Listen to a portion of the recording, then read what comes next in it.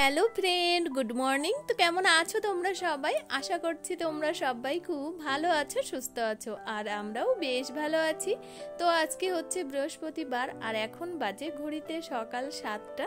তো এখন থেকে তোমাদেরকে সাথে নিয়ে নতুন একটি ব্লগ শুরু করছি। আই হোপ তোমাদের একটু হলেও ভালো লাগবে। তো ওই দিকের বাসি কাজকর্ম সবই আমার হয়ে গেছে, শুধু বাকি আছে কাঁচা ধোয়াটা করতে। তা আজকে না অন্য দিনের তুলনায় অনেকটাই দেরি করে রান্নাটা বসিয়েছি। তার কারণ কি বলতো, মানে সকালবেলায় তোমাদের দাদা ভাই চা খেয়ে একটু এমার্জেন্সি কাজে বেরিয়ে গেছে, আর যাওয়ার সময় বলে গেছে যে এসে খেয়ে তারপর সোনাকে নিয়ে স্কুলে যাব। তা আমি ভাবলাম যে ওনার তো আস্তে আস্তে 9টা সাড়ে 9টা বেজে যাবে, তাহলে আমি এদিকের কাজগুলো আগে সেরে নিই, তারপর রান্নাটা বসিয়ে দেব। ওই জন্য দেরি করেই রান্নাটা বসিয়েছি।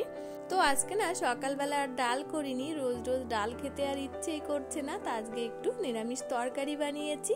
তা পেঁপের তরকারি বানিয়েছি মশলা দিয়ে, আর এটা হলো কুমড়ো শাক বসিয়েছি। তোমাদের দাদা ভাইয়ের আবার ভীষণ প্রিয় মিষ্টি কুমড়ো শাক, চাল কুমড়ো শাক। তাই কুমড়ো শাকটা আমাদের বাড়িরও না, কেনাও না, পাশে একজনদের হয়েছিল, তা তাদের কাছ থেকে সকালবেলা গিয়ে আমি নিয়ে এসেছিলাম। আর গতকালকেই তোমাদের দাদা ভাই বলেছিল যে ওরা আনতে বলেছে। এবার ঘুম থেকে উঠেই তোমাদের দাদা ভাই বলছে তুমি সেই শাকটা আনলে না। তারপর আমি ঘুম থেকে উঠেই আগে চলে গেছি শাক আনতে। তা শাক এনে তারপর আমি কাজগুলো করে নিয়েছিলাম। আর এই মিষ্টি কুমড়োর শাক তো সোনা খাবে না, তা সোনার জন্য আবার বাগান থেকে ঘুরে ঘুরে একটুখানি কচুর শাক পেয়েছি। তা দেখো কুমড়ো শাকটা নামিয়ে এখন এই যে সোনার জন্য কচুর শাকটা করে নিচ্ছি। আর ওর আবার কচুর শাকটা প্রিয়, ভীষণ প্রিয়। এমনিতে কোনো শাক খায় না, শুধু এই কচুর শাকটা খায়, আর মাঝে মধ্যে লাল শাক আর একটু কলমি শাকটা খায়, কিন্তু প্রিয় হচ্ছে কচুর শাকটা। তো সোনার কচুর শাকটাও নামিয়ে নিয়েছি, নিয়ে একটু আলু ভাজাও করে নিলাম। আর গতকাল রাতে সোনা বলেছিল যে আজকে টিফিনে 3 কোনা পরোটা আর আলু ভাজা দেবে, ওই জন্য আলুটা ভেজে নিলাম। আর এখন ময়দাটা মেখে রেখে দিচ্ছি।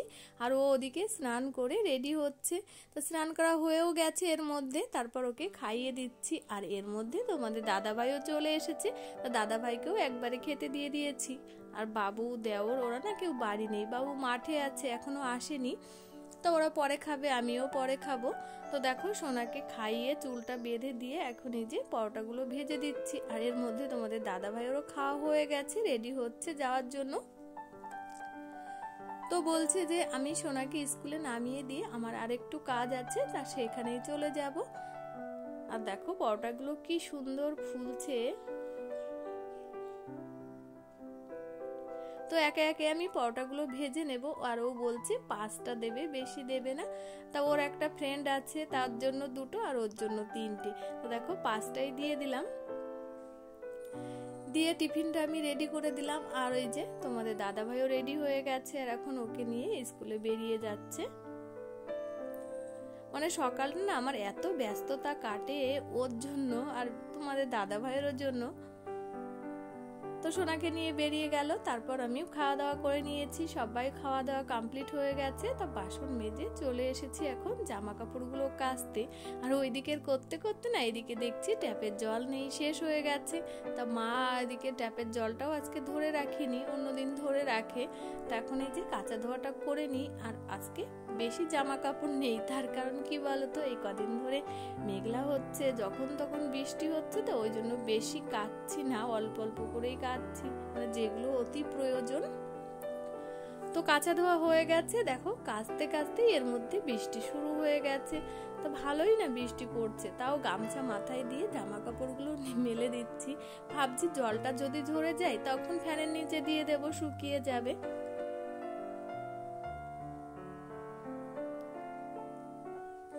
তো এখন একে একে এই যে জামা কাপড়গুলো মেলে দিচ্ছি। আর আকাশের পরিস্থিতি একদমই ভালো না, আর এই মেঘলাতে জামা কাপড় শুকালে দেখবে কেমন ভিজে ভিজে টাইপের হয়ে যায়, বেশ ভালো লাগে না। তো তারপর ভিডিওটি কন্টিনিউ করিনি আর একবারে চলে এসেছি সন্ধ্যাবেলা। তো সন্ধ্যাবেলা রান্নাঘরে ঢুকে পড়েছি আর এখন এই যে রাতের জন্য খাবার রেডি করছি। তা রাতের মেনু বলতে লুচি আর ঘুগনি হবে।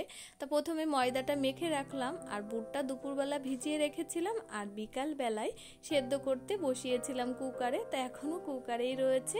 আর এদিকে আমি ময়দাটা মেখে এখন একটু ছিমুই রান্না করছি। কটা দিন ধরে না ভীষণ ইচ্ছে করছে ছিমুর পায়েস খেতে।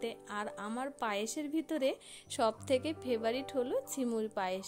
ভীষণ ভালো লাগে আর মায়ের হাতের ছিমুর পায়েস তো আরও সুন্দর লাগে, কিন্তু অতটা ভালো আমি পারি না, কিন্তু যেমন পারি তেমনই বানিয়ে খাই আর কি। তো সোনাও ভালোবাসে সিমুর পায়েসটা, কিন্তু তোমাদের দাদা ভাই খায় না। তোমাদের দাদা ভাইয়ের কোনো মিষ্টি জিনিস ফেভারিট না, শুধু ঝাল ভাজা ভুজি জিনিসটাই ফেভারিট। তো সোনা বলছে আজকে আর আমি অন্য কিছু খাবো না, ওই বুট দিয়ে আমাকে একটা 12 ভাজা বানিয়ে দাও। তার কারণ কি বলো তো, কটা দিন আগে তোমাদের দাদা ভাইকে বানিয়ে দিয়েছিলাম আর ও জন্য অন্য একটা কি খেয়েছিল, ওকে আর দেওয়া হয়নি, ওই জন্য ওর লোভ লেগে আছে। তারপর বানিয়ে ওকেও দিয়েছি আর আমিও একটু খেয়ে নিচ্ছি, ভীষণ খিদে পেয়ে গেছে সন্ধ্যাবেলা। তো 12 ভাজাটা খেয়ে সোনা বই পড়ছিল, ওর কাছে কিছুক্ষণ বসেছিলাম, বসে থেকে আবার চলে এসেছি রান্নাঘরে। তারপর সব কিছু মশলা রেডি করে নিয়ে ঘুগনিটা আমি বসিয়েও দিয়েছি আর ঘুগনিটা এখন প্রায় হয়েও এসেছে, দেখো নামিয়ে নেব।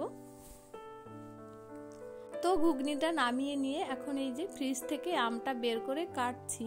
এই আমটা দুপুরবেলা তোমাদের দাদা ভাই এক জায়গায় গেছিল, তা সেখান থেকে তারা দিয়েছে।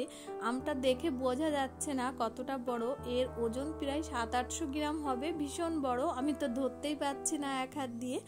তাই আমটা এখন কাটছি, 6 জন মানুষ যেহেতু 6টা পিস করব। আর আমার না আমের আটি খেতে ভীষণ ভালো লাগে, আটিটা আমিই খাবো। তো আমটা কেটে এখন চলে এসেছি লুচি ভাজতে। আর সোনার তো দেরি সহ্যই হচ্ছে না, বলছে আমার সকালবেলা পড়া রয়েছে, সকাল করে উঠতে হবে, তাড়াতাড়ি করে আমার জন্য ভেজে দাও। আর তোমাদের দাদা ভাই দেওর এখনো না বাজার থেকে বাড়ি আসেনি, আর আমাদের আবার লুচি ভেজে রাখলে কেউ খেতে চায় না, ওই একদিক থেকে ভাজতে হবে আর একদিক থেকে সবাইকে খেতে দিতে হবে। তো অল্প কটা লুচি ভেজে সোনাকে আর বাবুকে দিয়ে দেব, আর তোমাদের দাদা ভাই দেওর যখন বাড়ি আসবে তখন আবার বাদবাকি লুচিগুলো ভেজে নেব।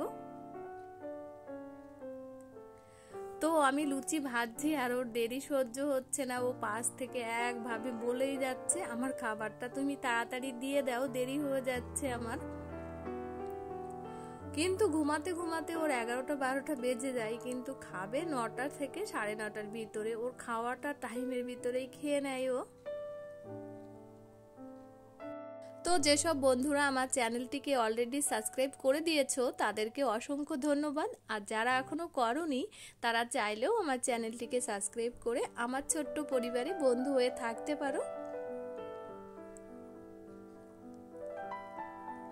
তো দেখো অল্প কটা লুচি ভেজে সোনাকে এই যে সাজিয়ে থালাতে দিয়ে দিচ্ছি, আর ও ভীষণ খুশি, এভাবে সাজিয়ে দিলে না ও ভীষণ খুশি হয়।